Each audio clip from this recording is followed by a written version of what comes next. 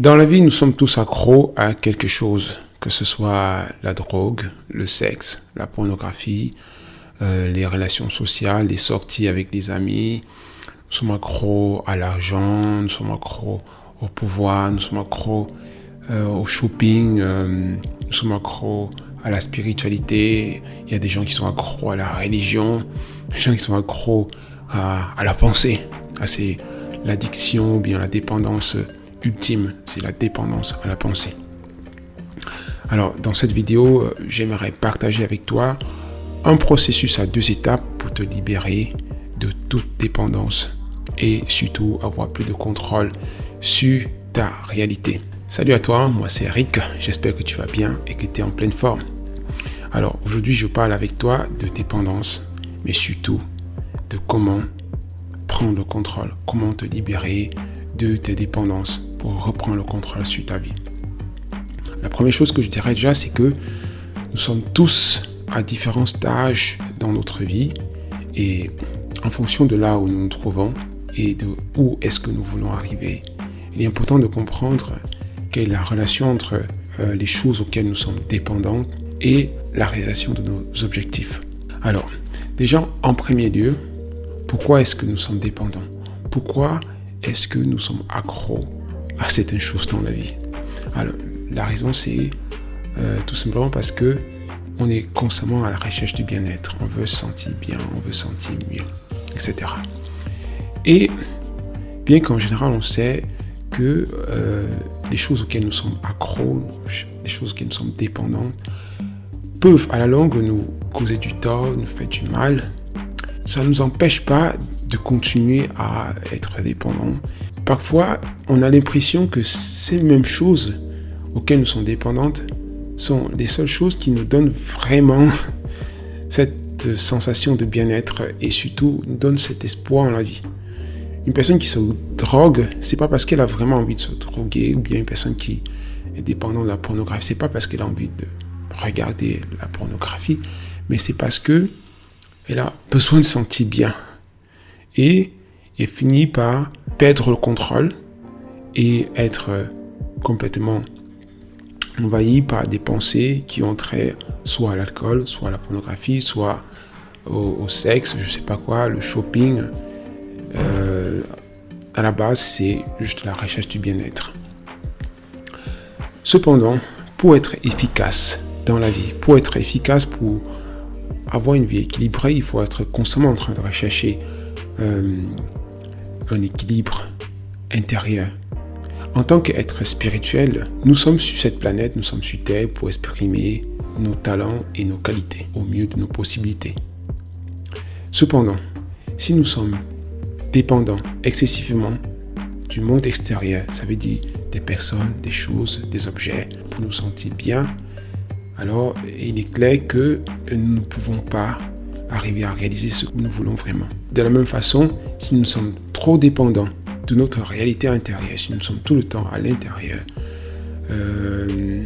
en train de méditer, en train de contempler, il est aussi clair que de cette même façon, nous ne pouvons pas arriver à réaliser quoi que ce soit. Et là, il s'agit en fait de mon cas, moi. Parce que je suis, la majeure partie de ma vie, j'étais vraiment pris à l'intérieur de mes pensées. J'étais vraiment en train de méditer, en train de penser, en train de contempler, en train de réfléchir à la vie, au sens de la vie, comment vivre, comment se comporter, comment percevoir le monde, comment entrer en relation avec les gens. Et jusqu'à ce qu'un jour je décide que, ok, là, ça suffit. Il faut que je commence à poser des actions concrètes. Si je veux voir mes rêves se réaliser, si je veux voir ma réalité changer. Et en fait, ma chaîne YouTube n'est en fait qu'une façon de pouvoir de pouvoir concrétiser les idées que j'ai dans la tête, de pouvoir concrétiser mes rêves. Alors, une chose qui est aussi claire, c'est que dans la vie, il y a 2 trajectoires. Soit nous sommes sur une trajectoire à succès, une trajectoire qui nous portera à la réalisation de nos objectifs, une trajectoire à succès qui est parsemée des hauts et des bas, soit nous sommes sur une trajectoire à échec. Il n'y a pas d'alternative, il n'y a pas de juste milieu. Parce que soit nous sommes en train de progresser, soit nous sommes en train de régresser. Il n'y a pas d'alternative. C'est comme ça. Si vous retrouvez dans la vie à rester la même personne, à tourner, à faire exactement la même chose, cela signifie tout simplement que vous êtes en train de régresser. Vous êtes sur une trajectoire à échec.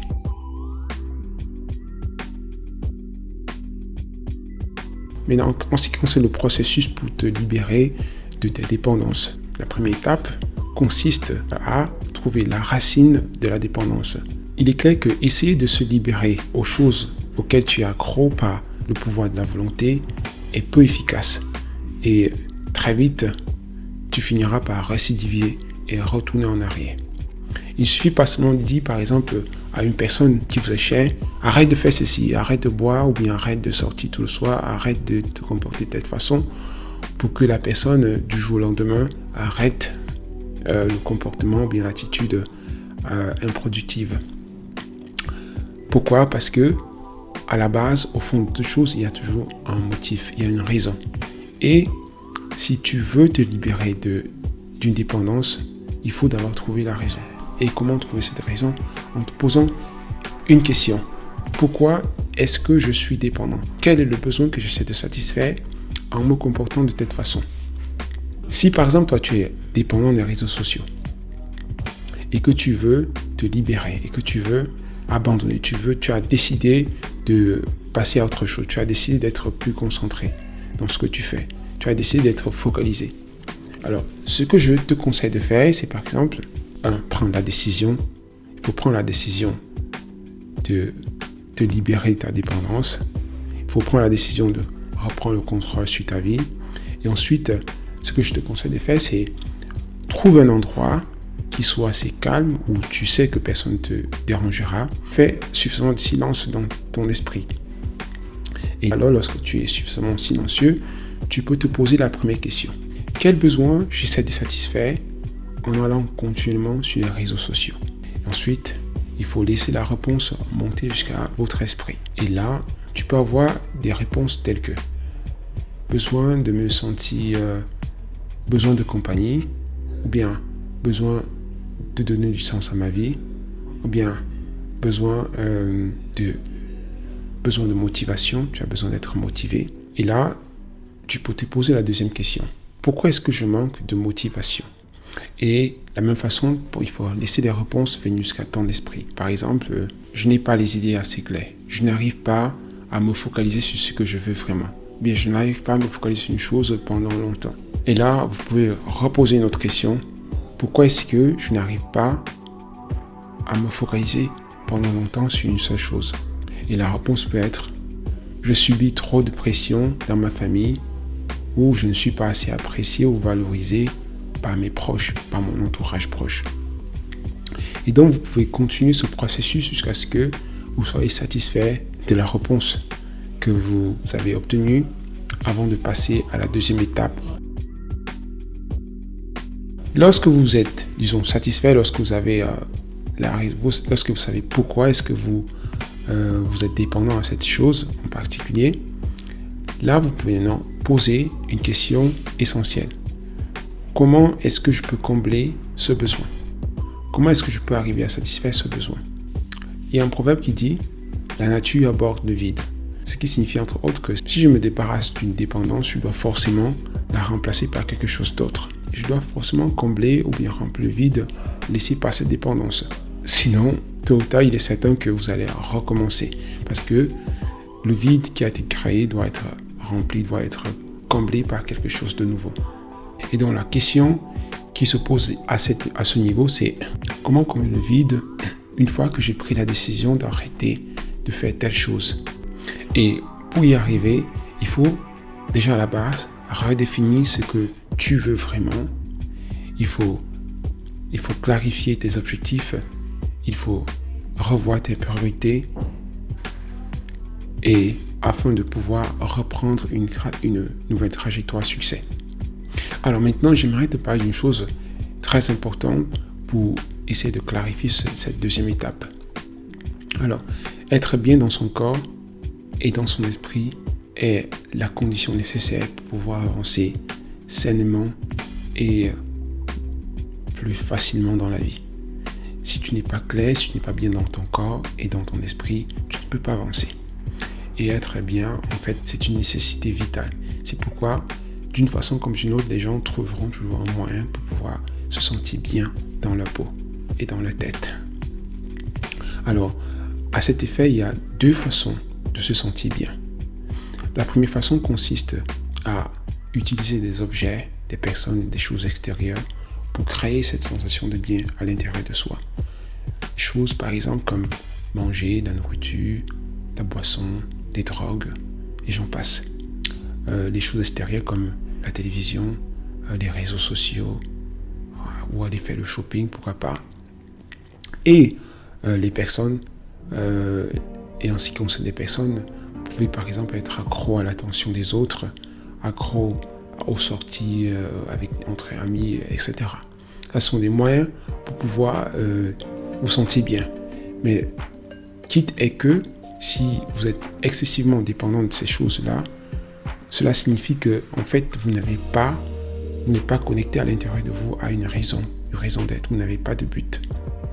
Et la deuxième façon de créer le bien-être à l'intérieur de soi, de son corps et de son esprit, c'est par exemple en se focalisant sur l'intérieur, en pratiquant des choses comme la méditation, la prière, le chant, l'art, le sport, etc.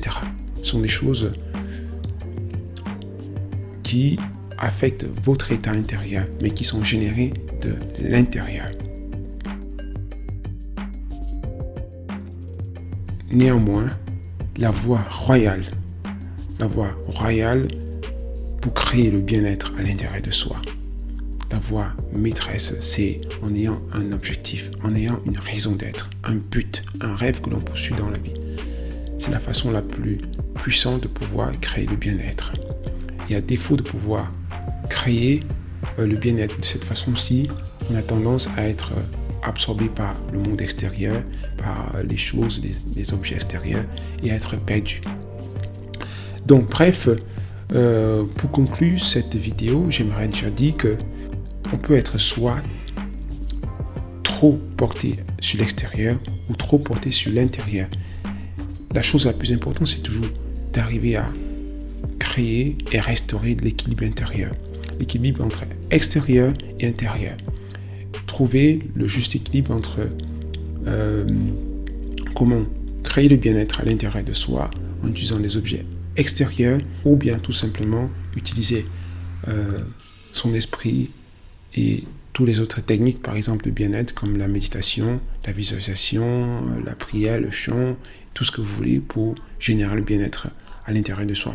Mais surtout, le plus important, c'est d'avoir une raison d'être, une raison de vivre. Bien, voilà, c'était tout pour cette vidéo. J'espère que tu as aimé. Alors, si c'est le cas, tu me donnes un pouce bleu et tu t'abonnes pour me soutenir. Et je te dis à la prochaine fois.